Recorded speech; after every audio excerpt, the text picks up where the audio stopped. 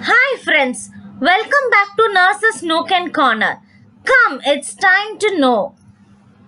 Today, we are going to discuss about the diagnostic studies of the human reproductive system. If you didn't subscribe the channel, don't forget to subscribe and press the bell icon to get the uploaded videos. Let's start with a simple diagnostic test, that is urine studies. HCG, human chorionic gonadotrophin, is used to detect pregnancy and also to detect hydatidiform mole and chorioepithelioma. The nurse's responsibility is to obtain a thorough menstrual history with birth control if any methods are used, and also check for the presence of signs of pregnancy such as breast changes, nausea, vomiting, and other changes can be assessed. Next is testosterone level. The purpose is to detect the tumors and developmental anomalies of the testis. The nurse's responsibility is to instruct the patient to collect 24 hours urine specimen and to keep it refrigerated. Next, follicle stimulating hormone assay. The purpose is to indicate gonadal failure because of pituitary dysfunction.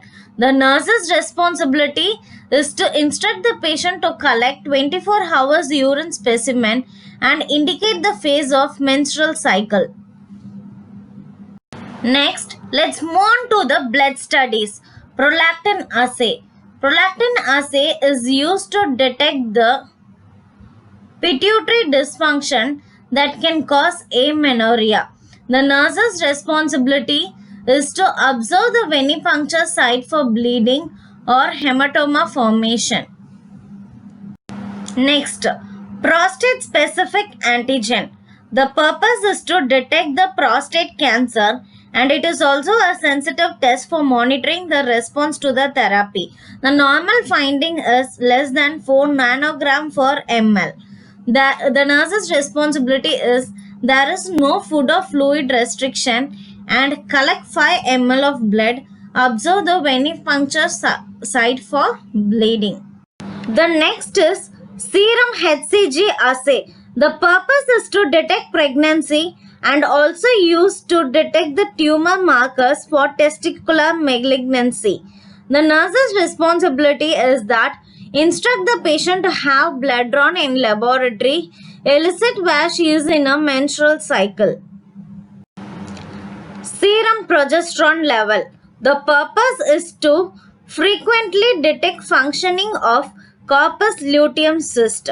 The nurse's responsibility is observe the venipuncture site for hematoma formation, include last menstrual period and trimester of pregnancy. Serum estradiol. The purpose is to measure ovarian function and useful to assess the estrogen secreting tumors and precocious female puberty. The nurse's responsibility is to observe the venipuncture site for hematoma formation. Next, rapid plasma reagent. It is a non-specific antibody test used to screen for syphilis. The nurse's responsibility is to obtain data regarding hepatitis, pregnancy, and autoimmune disease that may interfere with results. Fluorescent treponemal antibody absorption. The purpose is to detect syphilis antibodies with great accuracy. The nurse's responsibility is to inform the patient regarding the test before drawn for the test. Next, let's move on to the culture studies. Gram stain. The purpose is used for rapid detection of gonorrhea. The nurse's responsibility is to obtain specific contact and sexual history inclusive of oral and anal. Cultures. Specimen from vagina, urethra or cervical discharge to know the presence of chlamydia or gonorrhea. The nurse's responsibility is to obtain specific contact and the sexual history. Dark field microscopy. Direct examination of specimen obtained from syphilis lesion to detect the Treponema pallidum. The nurse's responsibility is to explain the procedure and purpose to the patient before examination.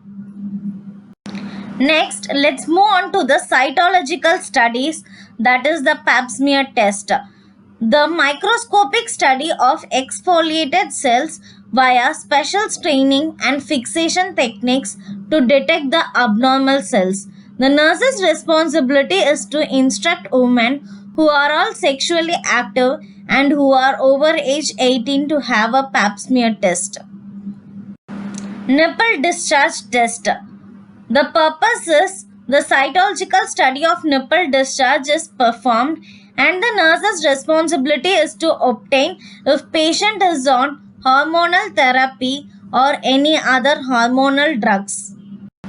Radiological studies, mammography. The purpose is to detect the benign and malignant breast masses. Both it is used for screening and diagnostic purposes. Ultrasound, transvaginal and transabdominal.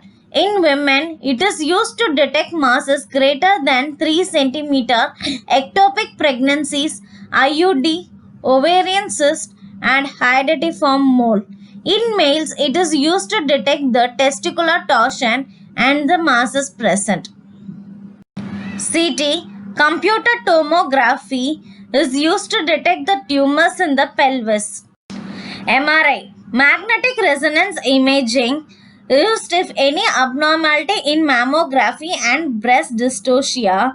MRI is useful to view the soft tissues. Invasive procedures, biopsy. It is used for both male and female tissue for histopathological examination to know the abnormalities such as cancer. Histosalpingogram.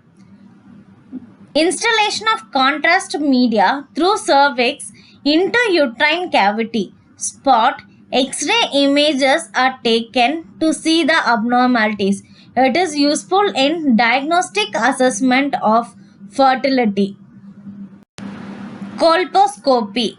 It is used to see cervix with binocular microscope that allows magnification of cell for dysplasia and tissue abnormality in pap smear. Conization. Cone-shaped sample of squamous columnar tissue of cervix is removed for direct study. Leads. Loop electrosurgical excision of the transformation zone. The purpose, excision of cervical tissue via an electrosurgical instrument for the pathological studies. Semen analysis. It is done to see the viscosity, sperm count, motility and the percent of abnormal sperms. Basal body temperature assessment. This measurement indicates indirectly whether ovulation has occurred.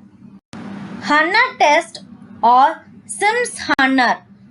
Mucus sample taken after intercourse within 2 to 8 hours. This test is done to see the hostile to passage of sperm from vagina to uterus. Thank you friends.